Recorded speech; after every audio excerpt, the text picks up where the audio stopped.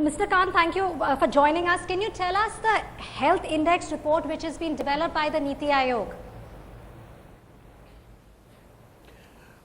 Well, we strongly believe that it's not possible for India to grow at high rates of 8 to 9% over a 3-decade period without a huge focus on health and nutrition.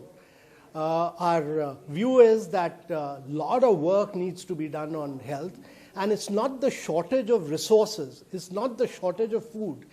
There are several governance issues, and we believe that if you start ranking states, if you start putting it in public domain, if people get to know that good administration is good politics, then things will start changing.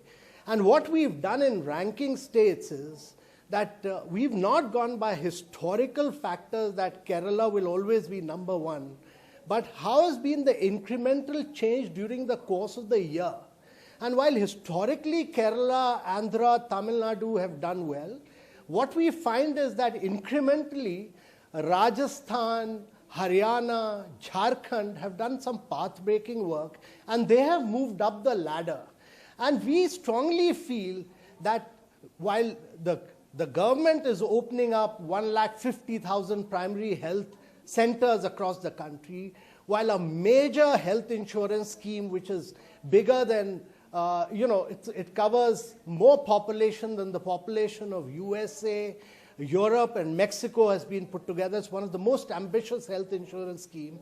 The challenge really is about taking this whole movement of health and nutrition and converting it into a Jan Andolan. How do we make the people involved in a very big way in health and nutrition?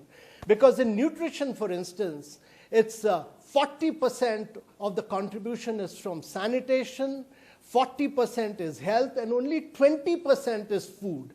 And therefore, sanitation and health play a very important role. Similarly, initiation of breastfeeding in the first hour is very critical. Ensuring that we have exclusive breastfeeding in the first 6 months is critical, and then complementary feeding. And therefore, awareness, spreading awareness, and bringing in behavioral change. And behavioral change is very critical.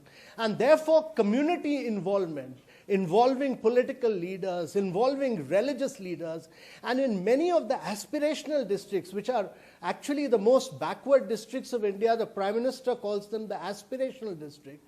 In the 115 aspirational districts of India, we've seen some radical change in health. Some radical change in nutritional improvements have been seen. And this is because of people's participation in a very big way.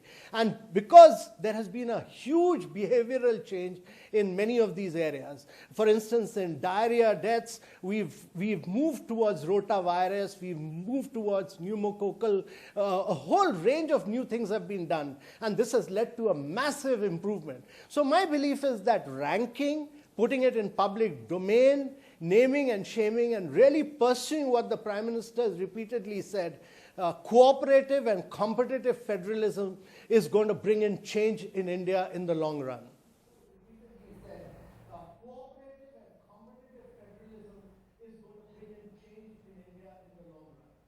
Mr. Kant, this is Amitabh Bachchan.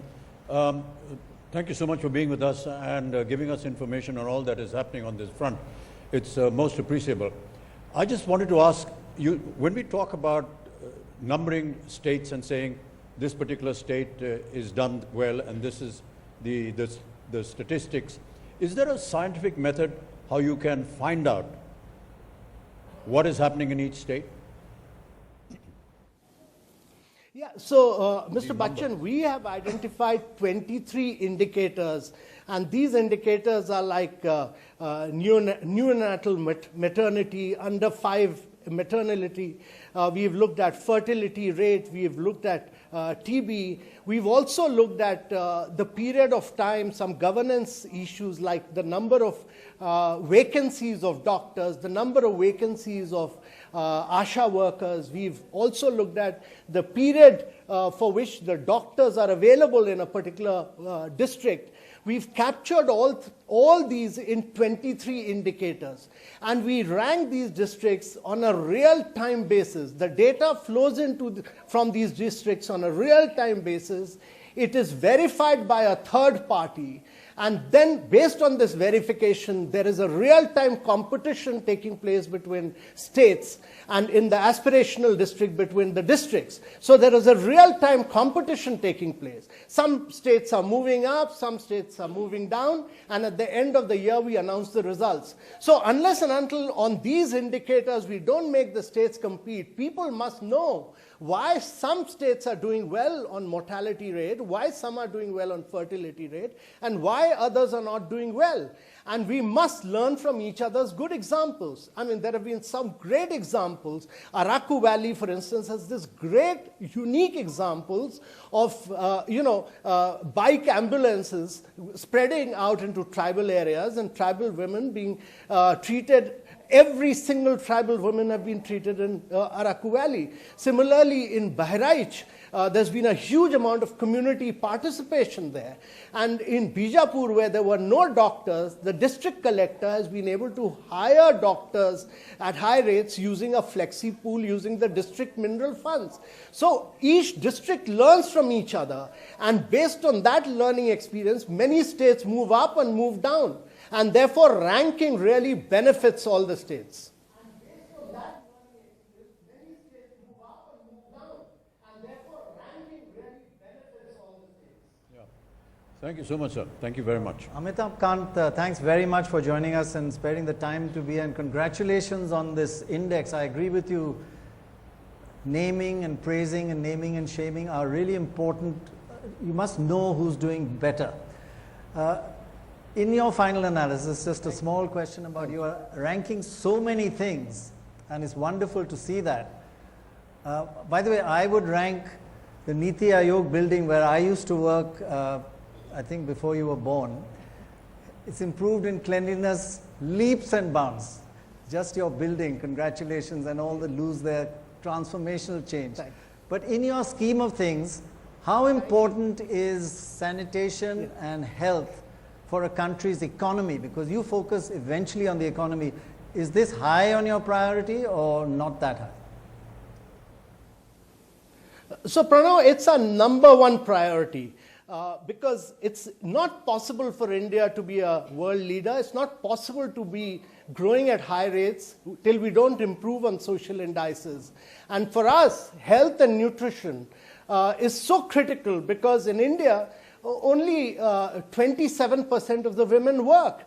And unless we don't take it to the world average of 48%, it'll be not possible. If half your population doesn't work, it'll not be possible to grow at high rates. And therefore, gender parity is the key. And gender parity is important.